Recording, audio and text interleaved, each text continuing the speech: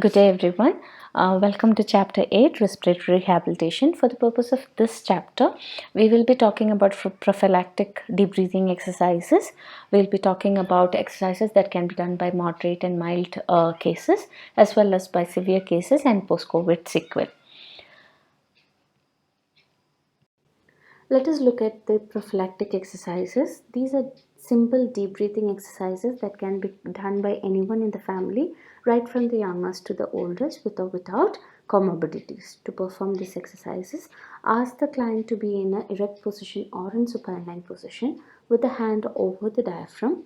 Ask the person to take a deep breath in and hold it for 2 to 3 seconds, and then breathe out through the mouth as if to blow out a candle. This technique is called as pursed lip breathing along with deep breathing exercises. It makes sure that the air is there in the lungs for enough amount of time so that ventilation perfusion ratio may be maintained.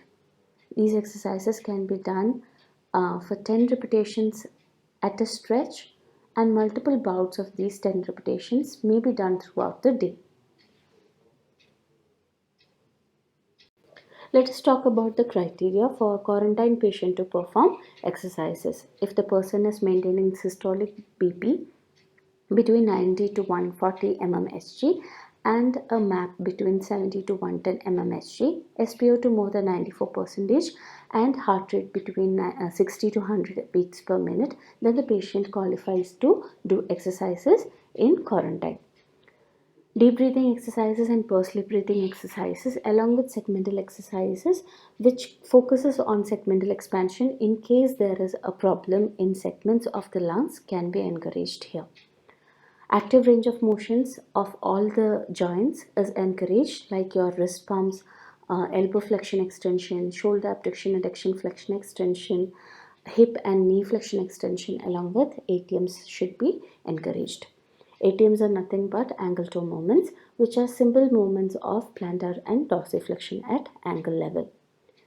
This makes sure that the calf muscle is pumping the blood up to the heart from the leg and there is no chances of stasis, which leads to coagulation in COVID patients.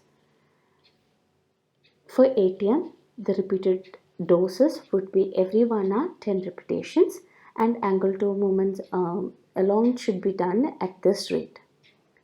AROM, that is active range of motion exercises of upper limb and lower limb, can be repeated at least 3 times in a day.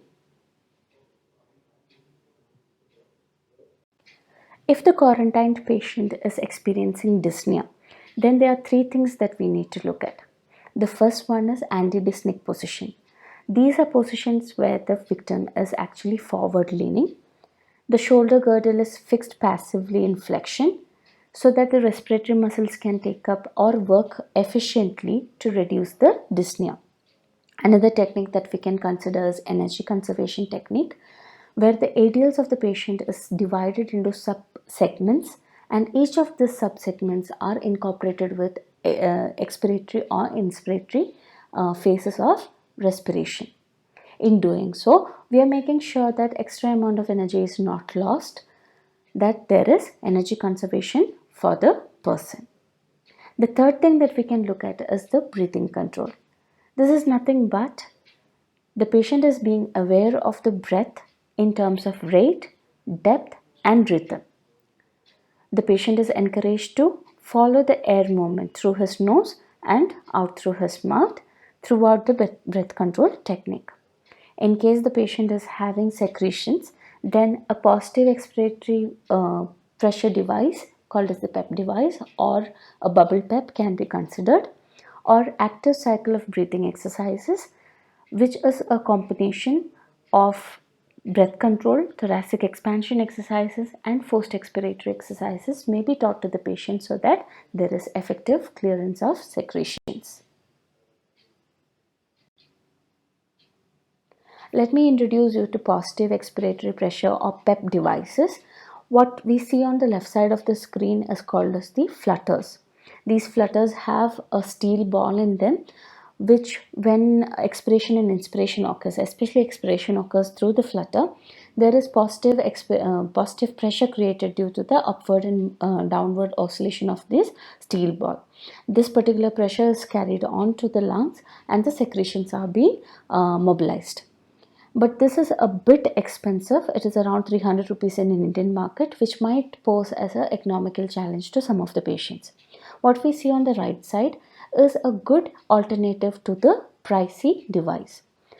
Here we have taken a 1 liter bottle and halfway through we have filled water in it, and a suction tube is inserted into the water in such a way that the end of the suction tube is just millimeters above the bottom of the bottle. Now the patient is asked to blow into this. When the bubbles are created, the same positive pressure, maybe not as good as the flutter, but a positive pressure is created in the lungs as well, and this positive pressure actually mobilizes the secretion.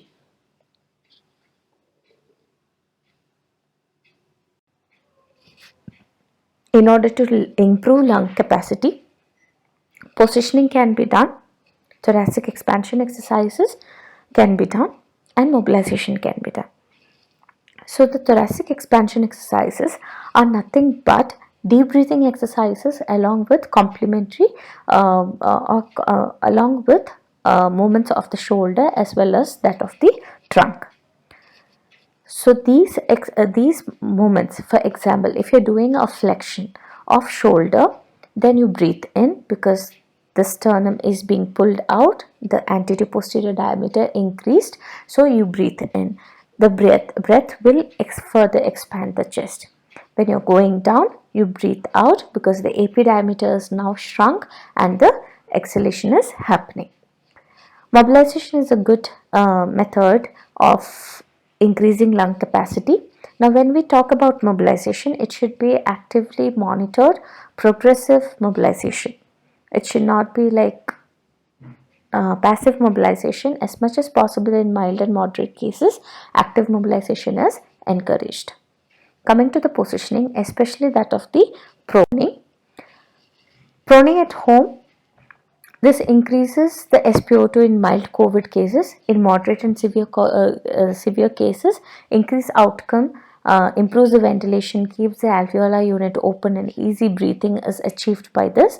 In this particular position, there has to be a pillow under the chest, under the hip, and under the ankle.